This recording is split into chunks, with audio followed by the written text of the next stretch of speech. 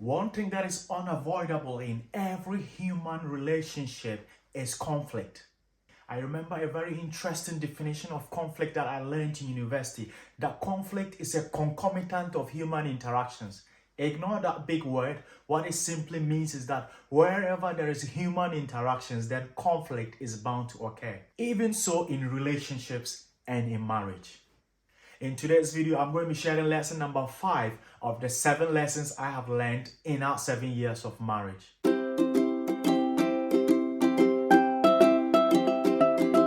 Welcome back.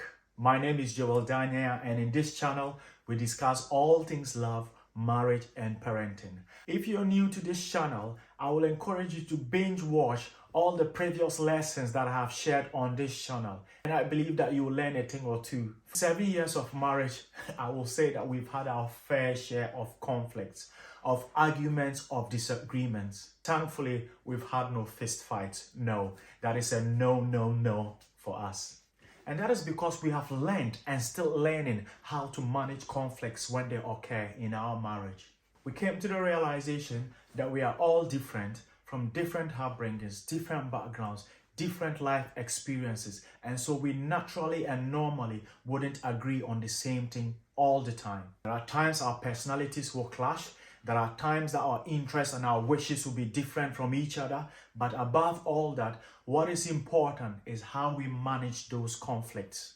A healthy relationship is not one with fewer conflicts. In fact, it is one that has lots of conflicts. However, these conflicts are well managed.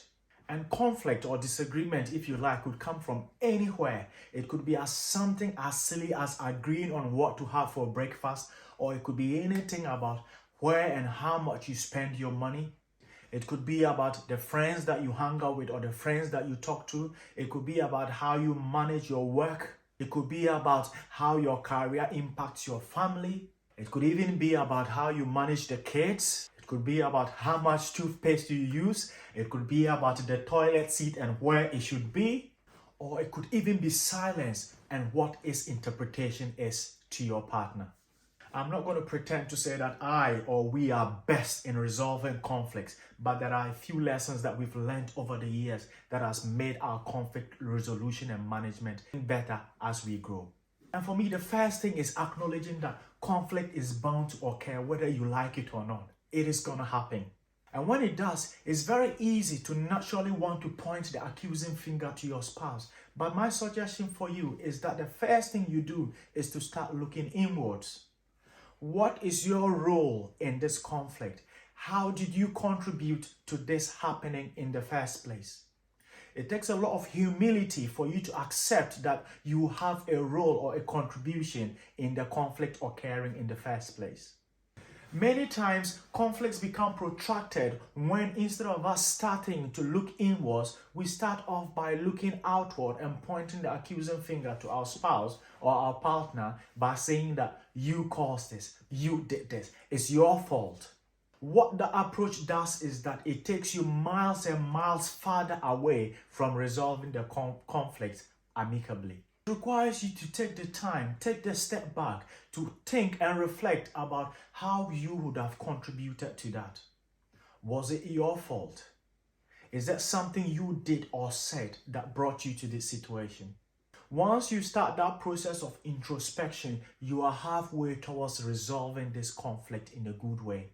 The other thing is acknowledging that your partner did not set out to hurt you intentionally. Well, that is what I would hope in a very healthy relationship, that you wouldn't set out to intentionally want to hurt each other. What that means is that even though you and your partner may not have the same shoe size, it's about putting yourself in their shoe to understand from their perspective what it is like to be in that situation. And what you realize is that depending on where you stand, you are likely to see things differently from what your partner will see. The other thing that you can do, which is in fact the most difficult to do, is how you manage your ego and swallow your pride.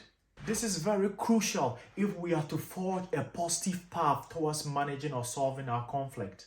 Because what conflict really does is that it narrows our minds and gives us a tunnel vision view of a particular situation that is difficult and prevents us from appreciating all the other good and lovely aspects of our relationships. I was recently saying to a friend that we need to store up a very varied and great amount of positive experiences in our relationships that we can focus on, that gives us more and more reason why we need to solve these problems amicably rather than let these conflict occurrences put a strain on our relationships. Managing your ego means that having the humility to be able to say, I take responsibility. It is my fault.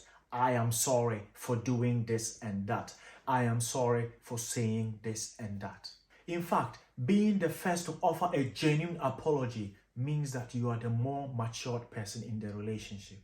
And I'll sit here and raise my hand and say that in many situations, I acknowledge that my wife Angela is the more matured in our relationship. You may be watching this video and say, Joel, you have no idea what you're talking about. I've done all these things that you've said, but my partner is still adamant. They are still the same. Well, can I share with you some tips that I think could help in helping you solve or resolve your conflicts amicably? For one, in your quest to resolving these conflicts, can I suggest to you that you do not go with all trailblazing accusations. Do not start by accusing your spouse. Do not start by accusing your partner or laying it before them that they are the cause of this conflict. Rather than accuse, inquire. In a loving way, give them room to explain themselves. And you're not just giving them room to explain themselves by standing this way and waiting and listening for them to finish. It is about listening attentively to understand rather than listening to respond. And it's not just about the listening. It's also about accepting their explanation. You have to make them feel that their explanation is valid, because it is then that that atmosphere is open for that conversation to be held in a very productive way. The fact that you listen to them and make them feel that their explanation is valid, not necessarily right, but valid, is very important in this process. And it's not all about you just listening to them and taking it all in. It's also about creating that opportunity through that initial allowing them to speak and explain. It's also about you making it clear to them how that makes you feel. You need to be open and honest and vulnerable to them and let them know how this impacts you.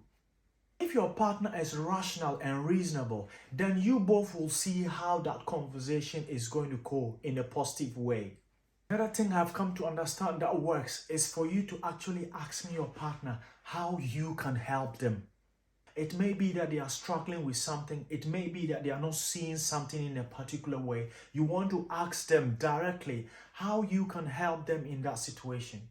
In all of this, you're coming into this conversation not accusing, not attacking, but genuinely interested in finding a solution to this conflict. Sometimes you go into this conversation hoping that things will go in a positive light, but it doesn't go that way. In those cases, wisdom sometimes is leaving that conversation for another time when tempers are a bit more calmer. If you've tried this over and over again and it's not working, then perhaps you might want to consider seeking counseling. What counseling does is that a third objective person is able to sit you all down and listen to your views and guide that conversation towards a positive resolution.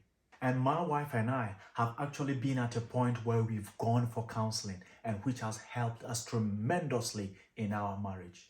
If you're a Christian like myself, I will encourage you to pray, because sometimes these things are just a physical manifestation of things that happen in the spiritual realm.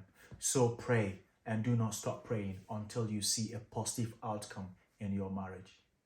I hope you found these pointers helpful, and I encourage you to apply them in your own relationship, in your own marriage, and perhaps you're welcome to share with us how you have applied those and how it has worked for you. If you're new to this channel, I want to encourage you to consider subscribing and hitting the notification bell so that you do not miss any content that I'll be sharing on this platform. You're also welcome to share this video with your family and friends so that it might benefit them also. My name is Joel Daniel, and in this channel, all that we discuss is about love, marriage, and parenting. And I hope that you will join me on this journey so that we explore these topics in a very positive way. Thank you for watching, and until I come your way again with another video, God bless us all.